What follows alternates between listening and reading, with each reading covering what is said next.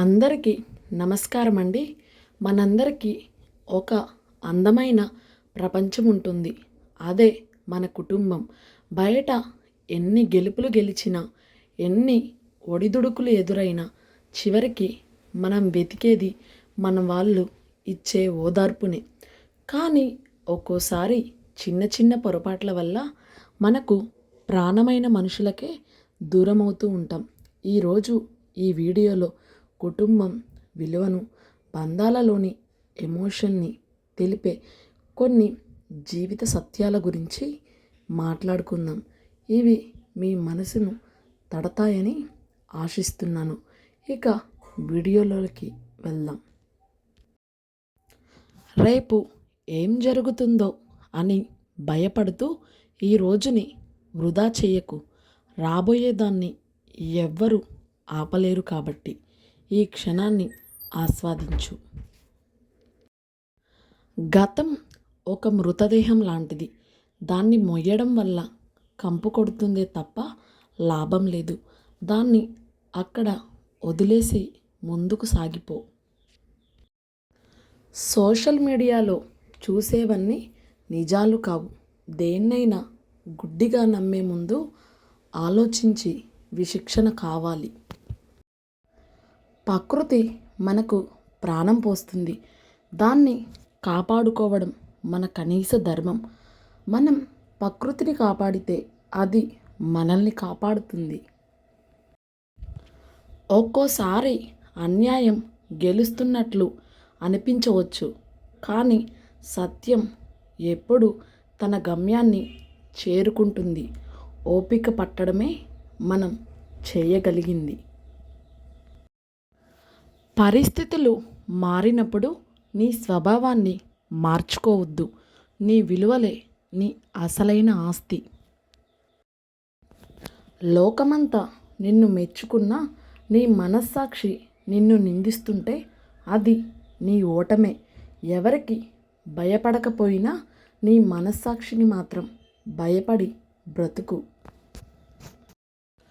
విజయం తలకెక్కినప్పుడు మనిషి తన గతాన్ని మర్చిపోతాడు. కానీ గతాన్ని మర్చిపోయిన వాడు భవిష్యత్తులో మళ్ళీ అదే తప్పులు చేసి పతనమవుతాడు.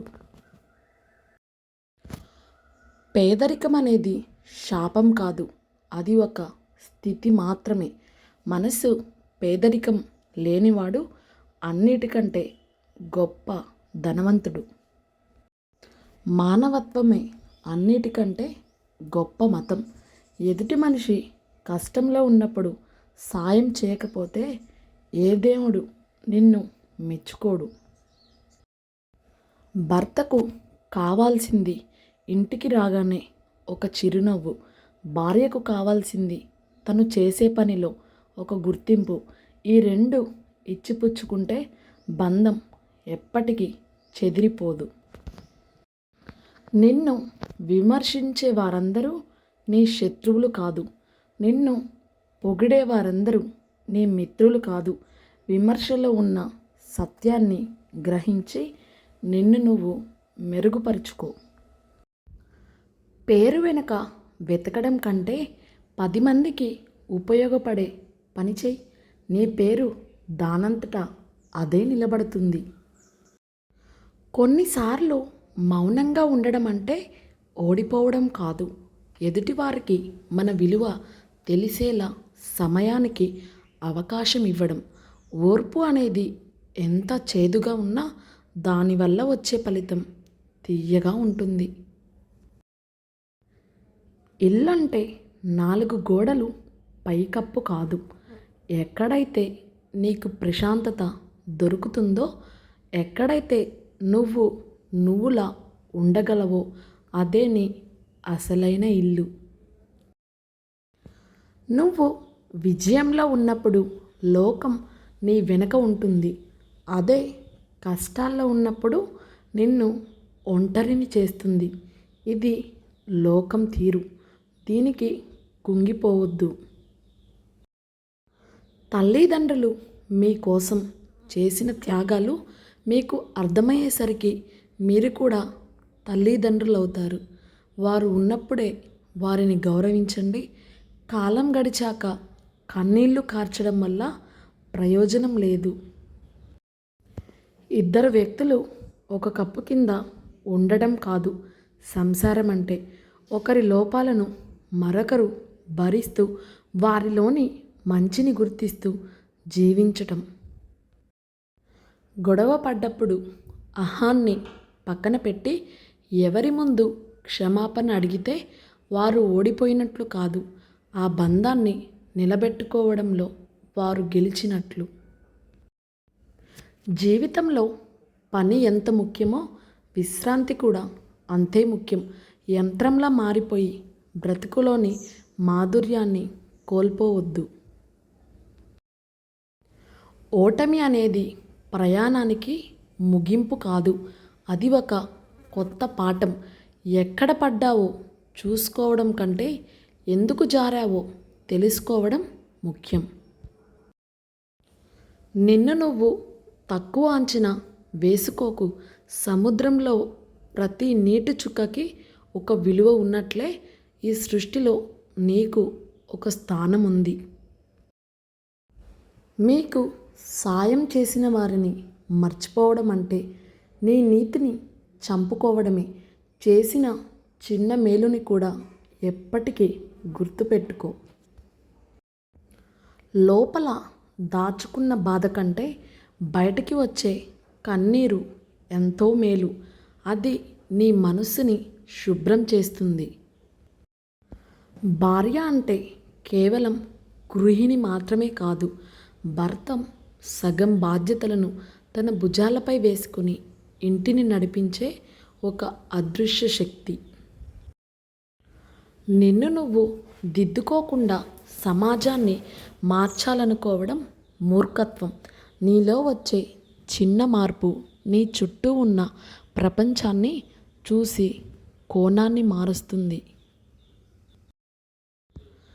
శరీరం సహకరించపోతే ఎంత సంపాదించినా అది అనుభవించడానికి వీలుండదు. ఆరోగ్యాన్ని నిర్లక్ష్యం చేయకు. మన ప్రవర్తన మన కుటుంబ గౌరవానికి అద్దం పడుతుంది. మనం మాట్లాడే ప్రతి మాట, చేసే ప్రతి పని మనం పెంచిన పద్ధతిని లోకానికి చాటి చెబుతుంది. కులం, మతం, డబ్బు మనుషుల్ని వేరు చేయవచ్చు, కానీ ఆకలి, నిద్ర, చావు అందరికీ సమానమే అని నిజాన్ని మర్చిపోవద్దు. ఆశ అనేది మనిషిని ముందుకు నడిపించే ఇంధనం కావాలి, కానీ పక్కవాడిని తొక్కేసే ఆయుధం కాకూడదు. ఉన్నదానితో తృప్తి పడడం అంటే ప్రయత్నాన్ని ఆపడం కాదు, ఫలితాన్ని స్వీకరించడం. డబ్బు అవసరాలను తీరుస్తుంది, సౌకర్యాలను ఇస్తుంది, కానీ మనశ్శాంతిని, ఆరోగ్యాన్ని మాత్రం ఇవ్వలేదు. డబ్బు వెనుక పరిగెడుతూ జీవితాన్ని కోల్పోవద్దు. పిల్లలకి ఆస్తులు ఇవ్వడం కంటే మంచి అలవాట్లు, విలువలు ఇవ్వడం గొప్పది. డబ్బు కరిగిపోవచ్చు, కానీ సంస్కారం తరతరాలకి నిలుస్తుంది. ఒక తప్పును మొదటిసారి చేస్తే అది పొరపాటు, రెండోసారి చేస్తే అది అలవాటు. అనుభవం నుంచి నేర్చుకొని వాడు ఎప్పటికీ ఎదగలేడు. నమ్మకం అనేది ఒక సన్నని దారం లాంటిది. అది ఒక్కసారి తెగితే మళ్ళీ ముడి వేయవచ్చు, కానీ ఆ ముడి ఎప్పటికీ కనిపిస్తూనే ఉంటుంది. బంధాల్లో పారదర్శకత చాలా ముఖ్యం. ఈ ప్రపంచంలో ఏది శాశ్వతం కాదు. మనం తెచ్చింది ఏమీ లేదు, తీసుకెళ్ళేది ఏమీ లేదు. మధ్యలో మనం వదిలి వెళ్ళి మంచి జ్ఞాపకాలు మాత్రమే మనల్ని చిరంజీవిని చేస్తాయి. నీకు అవసరమైనప్పుడు పలకరించే మనుషుల కంటే వారికి అవసరం లేకపోయినా నిన్ను పలకరించే మనుషులకి ఎక్కువ విలువ ఇవ్వు. చదువు కేవలం బ్రతుకు తెరువుని ఇస్తుంది, కానీ సంస్కారం మనిషిగా ఎలా బ్రతకాలో నేర్పుతుంది. తెలివితేటల కంటే వివేకం గొప్పది. సంసారం అనే ప్రయాణంలో కష్టాలనే సుడిగుండాలు వచ్చినప్పుడు ఒకరి చెయ్యి ఒకరు గట్టిగా పట్టుకుంటేనే ఆ సావతీరాన్ని చేరుతుంది. బయట ప్రపంచంలో నువ్వు ఎంత పెద్ద మేధావివైనా, ఎంత గొప్ప ఉద్యోగివైనా, నీ ఇంటి గడప దాటగానే నువ్వు కేవలం ఒక భర్తవు మాత్రమే. ఆ విషయాన్ని గుర్తించినప్పుడే సుఖం ఉంటుంది.